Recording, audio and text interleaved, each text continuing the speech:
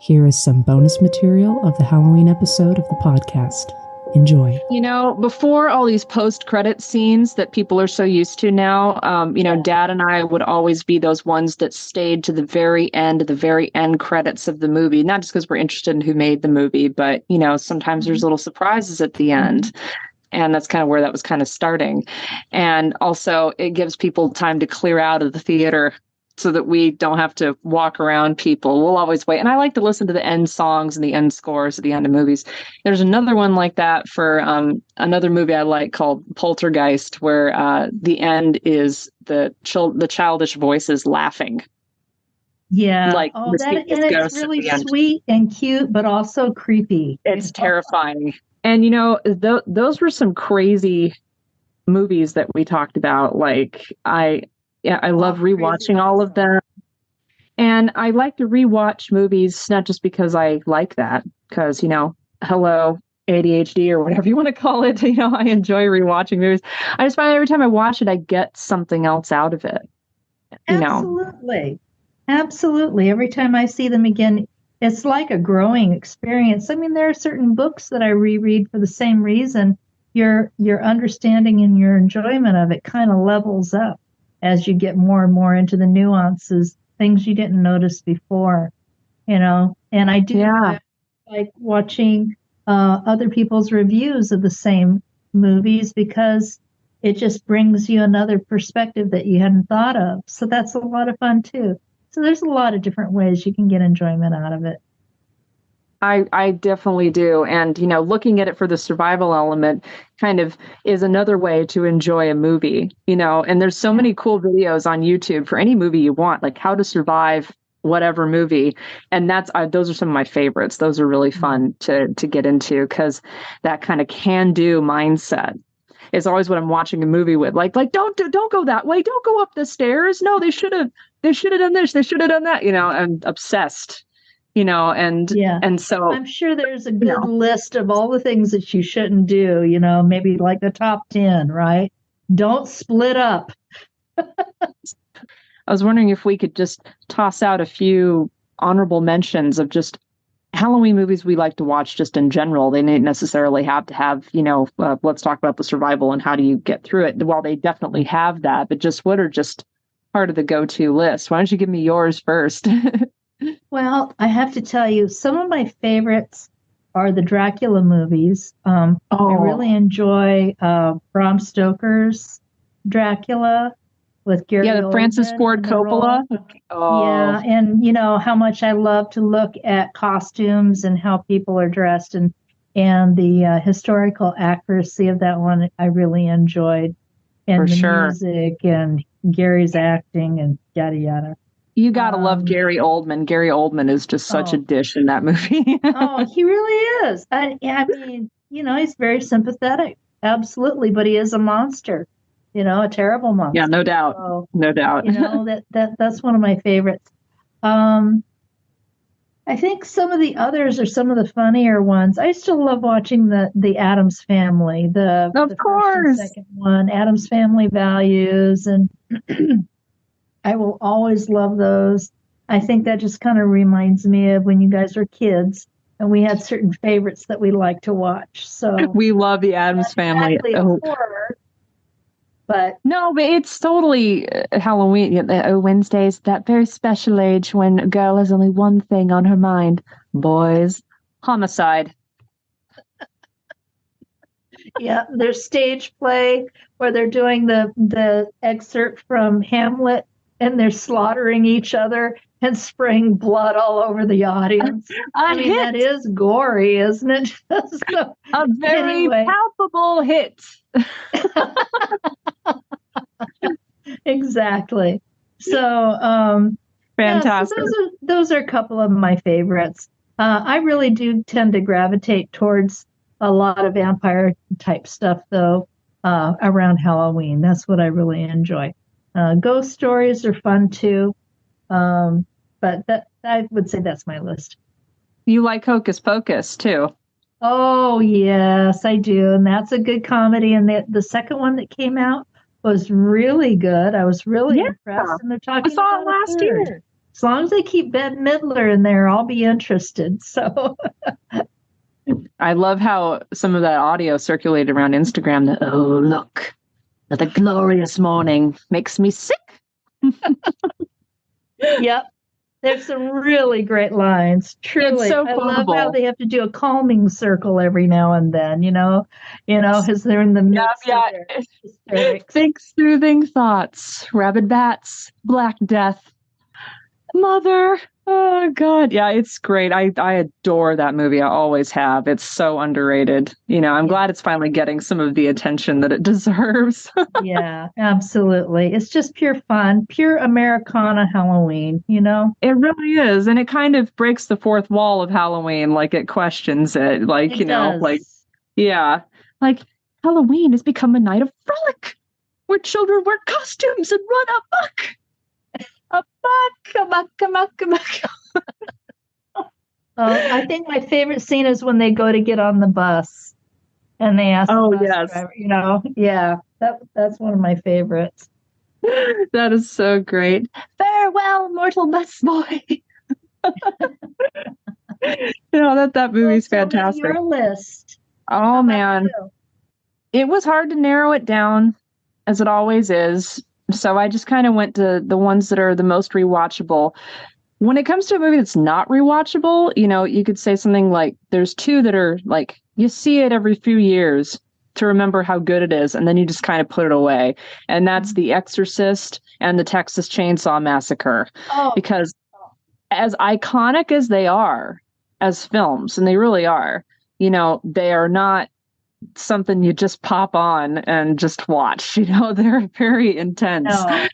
So definitely iconic. Had to mention them because they are very good. But the go-tos, the ones on my list are definitely Psycho from 1960, right, and Psycho 2, which is a fantastic sequel, and surprised everybody about how well it was.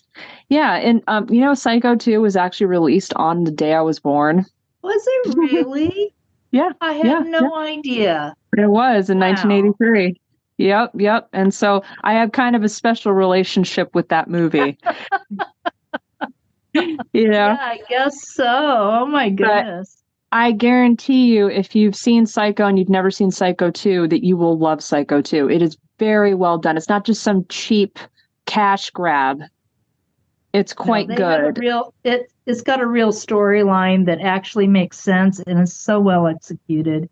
And Anthony Perkins, Anthony Perkins is so wonderful and so real, and that's what's fantastic about it. So definitely Psycho 1 and Psycho 2.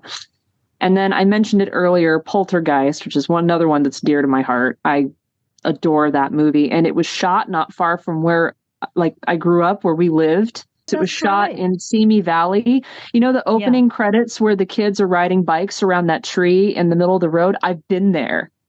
I've actually been there. So I know where this place is. So it feels even more crazy to me, having grown up in a Southern California suburb. It hits a little more home. And I adore the musical score by Jerry Goldsmith, and had it on CD for a long time. And that's definitely, and that won an Academy Award too. And so, Poltergeist is a big one.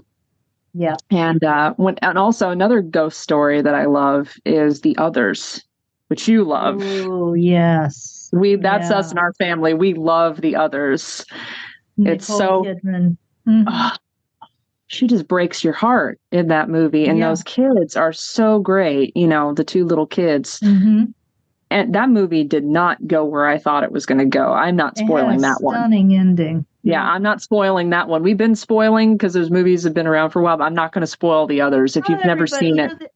I don't think The Others got quite as much of the, in the spotlight hubbub. I don't recall it being a big smash hit. But when you watch it, it will blow your mind. Through word of mouth is what really got The Others seen. And once people started saying, like, dude, this movie is really good, and it's fantastic. It's absolutely fantastic and very claustrophobic, like some of the other ones we were talking about. Which is interesting. I know this is a little sideways, but those were the days when we go to Blockbusters, remember? I know. We go to Blockbusters and we walk around and you'd look at the case covers and try and decide what you're going to rent for the weekend, And Yeah.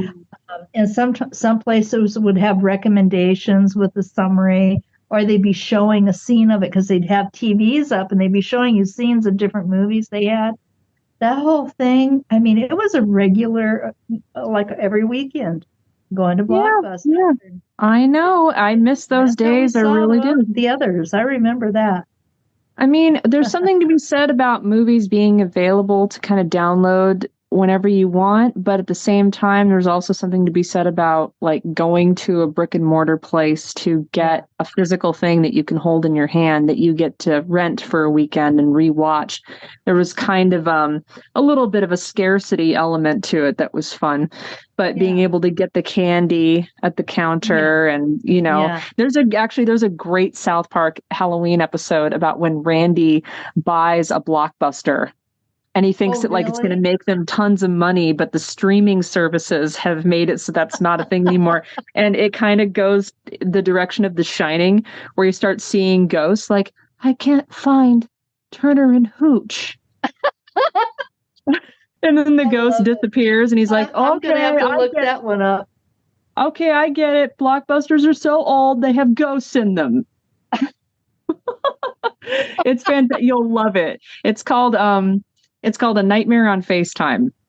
A Nightmare on FaceTime. I'll remember that. Yeah, it's very funny. And so the other ones to wrap up the list of mine, because my list is always humongous. Another one that I really love is Rosemary's Baby. Oh, yeah. That's a fantastic movie. And the thing is that, for all those listening, if, that raises a red flag with you, I'm aware of the controversy surrounding the director, Roman Polanski. I don't support his actions at all, but, I can appreciate art separate from the person who created it. And I will say this, I love the movie because it's so well done. It's so well shot and acted. And it's one of the most faithful movies you'll ever see to the book that it's sourced from, like word for word. You know what I mean? Like it's exactly what the book is. They are identical. Wow. So, and the cast is fantastic. I love Mia Farrow, and Ruth Gordon as Minnie Castevet is, dude, just so good. Just she speaks volumes with just her eyes and just being that kind of eccentric old lady that lives next door to you, but then you find out that she's a witch. Yeah, she's cooking up those special little vitamin drinks for me. Yeah, the drinks and the little cakes. Exactly. Oh God, I don't even want to give away that movie either if you haven't seen it, because it's so worth it to me that I don't spoil that one for anybody if you haven't seen it. If you haven't seen Rosemary's Baby, for the love of God, don't look up anything about it. Go in blind. I'm serious. Go in completely blind. And also remember that you're going to get frustrated because a lot of the things that are a plot device in the movie don't work in our modern times. So you're going to have to accept it for what was available to pregnant women in the 1960s and why that would have worked. So what happens to her. So yeah, definitely see that. And the last two I have on my list are, of course, one of my favorites is Carrie. Oh, I love Carrie, which was also shot around where you grew up. Yep. It was actually filmed right down the street from my house in Santa Paula, California. Yeah. On 7th Street, not too far from the Masonic Temple. And I remember they actually hired a few people around town to be extras. And they even shot exteriors of the girls' gym at the Santa Paula High School. That's awesome. The dance scene. They shot the exterior of the gym because it had kind of a neat entranceway.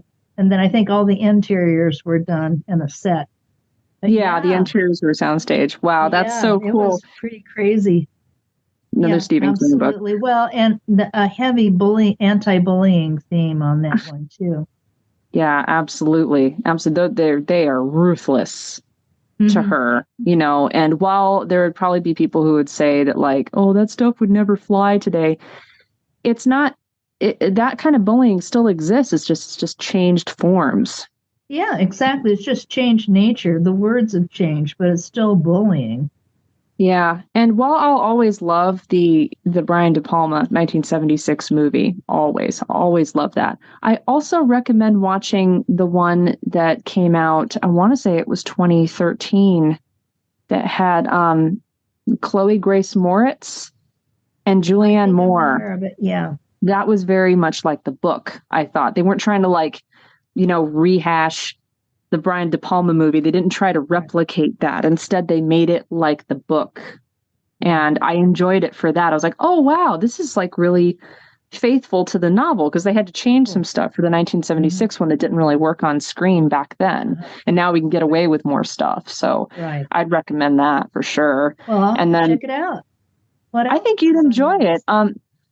Julianne Moore, is very good as Margaret White, just like Piper Laurie, Piper Laurie passed away a few weeks ago. Really? I don't know if you knew that. Yeah. Such a magnificent character in the original Carrie. Just this person that she made is just amazing. But Julianne Moore does a pretty good version of Margaret White in that movie. So yeah, I'd recommend it to you. And then, the last one I'd say that I have to watch, and I love this movie so much and have read all the books. I've seen the prequel, the sequel, everything, is Silence of the Lambs. Oh, Hannibal Lecter. I'm such a Hannibal Lecter fan. It's not healthy. Yeah, there's something about the sympathetic monster that uses their problem to help humankind, like he eliminates bullies, basically. And it's kind of similar to Dexter, the TV show, in a way. They're trying to put their inclinations to work in a positive way. Well, Silence of the Lambs is just, super creepy. Yeah, well, and Hannibal Lecter this is the creepy thing, is that the crazy thing is that Hannibal Lecter is actually a humanitarian. He is. He just cannot abide people being rude or barbaric in any way. In the sequel, Hannibal, he flays this guy. Well, actually, he gets this guy to flay himself because the guy was, shall we say, he did terrible things to young people. Yeah. And so Hannibal Lecter didn't like that one bit. And so he exacted something on him, like an act of public service almost. So I don't know. Hannibal Lecter, is really, that character is what it is because of Sir Anthony Hopkins. Like I just can't envision anybody else playing that character. I couldn't even watch the Hannibal series because it's just, they're so linked in my head. But Clarice Starling, played by Jodie Foster, is very much like Ripley in that you have a strong female lead. Mm-hmm. You have a strong female lead, cracking the case and kind of being the underdog. Exactly. And that's what I think really is the power of the movie. Jodie Foster's, so tiny and, like she's in an elevator with all these guys and they're all taller than her. That sticks out in my head. But exactly. She's outnumbered. She's just like, going into this lair of the beasts, to solve the mystery, almost like the labyrinth with the Minotaur, and it is. It does have the sort of a deep mythology type feeling to it. Especially given that where she ends up at the very end, down in the bowels of the earth with this monster, basically. I know, right? Exactly. And, one of the things I love about that one, too, is also the score. The musical score was done by Howard Shore, and he's the guy that did all the music for the Lord of the Rings movies that everybody loves. That. And he, when it comes to Silence of the Lambs music, there was a critic that said, I didn't hear the music in Silence of the Lambs as much as I felt it. Yeah. Because it's really kind of based on point of view. That's what but Howard Shore said, was that it's really based on point of view. And Howard Shore said that like he thought about the movie as it's shot kind of through Clarice Starling's point of view. Right. So the music should reflect that. And so that gives a whole new spin to it when you watch the movie. But, my favorite scene in it, and there's so many of my favorites, it's hard to point it out, but my favorite is the very, very last scene when Hannibal Lecter calls Clarice after he's escaped and he's God knows where on some tropical island and has tracked down the director of the asylum. Exactly. His ex-doctor. Yeah. Yeah. His abuser. I have a friend to meet for dinner.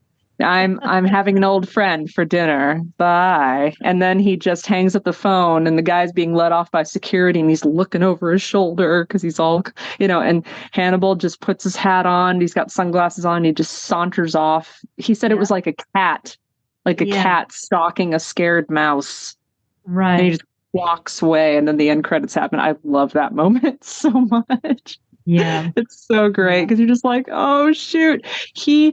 He played this whole thing not just to help Clarice solve the case because he had respect for her because she respected him. And that's why that worked out. At the same time, he uses this whole catching Buffalo Bill to his advantage to escape. Exactly. And that's the brilliance of it. He's so appealing. You actually, the movie tricks us into being on Team Lecter. On his side. Yeah, I know. It's frightening. But what he does to those officers when he makes his escape kind of reminds you who he really is, Yeah, I love it. It's terrible. Once again, one of my favorite actors, Gary Oldman, was the one who played the character who Hannibal had flayed his face. Yeah, Mason Verger. You'd never know. Yeah. It's hard because he's in all of this makeup, but it's like Gary Oldman. I really respect him because it isn't like he only goes after Oscar-winning roles. It's like he's a hardworking actor, and he's a character actor that he seems different in every movie. He's not the same guy, putting himself in a movie. Like Brad Pitt is always Brad Pitt, no matter what movie he's in. He's still Brad Pitt, not Gary Oldman. Yeah. He's the what is Sergeant Gordon or whomever in Batman. He was the Dracula. He was in the Professional. He was in the Professional. Yeah, just dozens and dozens and dozens of roles, just excellently. He's so great. I never forget him in The Fifth Element. That's right. Yeah, a goofy role at that, but. Hey, it was great, I know, it was fantastic. He just, oh my God, he's just so good in everything that he's in. I love Gary Oldman so much. That's why I actually am going to watch Dracula in a day or two. We've got it, downloaded. So, and I love that movie. It's so great. I mean, it's very gory, but it's, I have a soft spot for Gothic romances. Yes. Right. So it's fine by me. So. I love the costumes. I love the dresses. Oh, I know you do. I know you do. That era was just so much fun for ladies' dresses. So absolutely, absolutely. So I hope everybody enjoyed us doing this little bit of bonus content. We just had a lot more to talk about after the end of going over those first 5 movies. We just couldn't stop. So I hope everybody had fun listening to this. Mom, this is such a great thing. I love that we can talk like this and share it with everybody. And you're really making me want to go and just binge all these movies. So I think I'm gonna. How about you? Yeah, me too. I think I've got a few more in mind now that we've talked. I've got to get started. There's a few days left till Halloween. Then by Halloween, I got to stop. I've been binging movies all month. But this has been so much fun, honey. Thank you so much. Oh, you're welcome. You're welcome. As long as we can, happy Halloween. As long as we can have those Halloween decorations before all the Christmas ones begin to infiltrate, I'm happy. I try to put that off as long as possible. I much more am a spooky season person. Yeah, enjoy the spooky while it lasts. Absolutely. All right. Well, thank you, Mom. Thanks again for doing this little bonus blip with me. I know that everybody's going to really enjoy it. Well, I've enjoyed it too. Thank you All for right. the invitation. And I gotta say, I love your Coupon Day Jurassic Park costume. Like, it's fantastic. I love it. So I don't know. I I really, think it should be a daily wear, don't you? You know, I do. I maybe do. without the hat. I love the hat. The hat is, that hat's the best part. That's what brings it together. Like a ball cap. And I love yours. I haven't been able to take my eyes off of that song. Yeah, Jason recommended an interesting accessory to it. He has a leather shop apron that I'm going to put on and just be like a shop accident for Halloween. So you'd have one of those posters say, 0 days since the last accident. That's fantastic. Oh, that's clever. I got to do that. Well, then I'm off, but I hope that you have a lovely evening and a very happy Halloween. And thank you for being here again. I really appreciate it. I hope you enjoyed Mom and I talking a little further than the last episode about our favorite horror films in general. And if you enjoyed this program, please consider becoming a patron. You can go to patreon.com/myfarnorthcabin and become a contributor. So keep building that homesteading mindset and stay wild.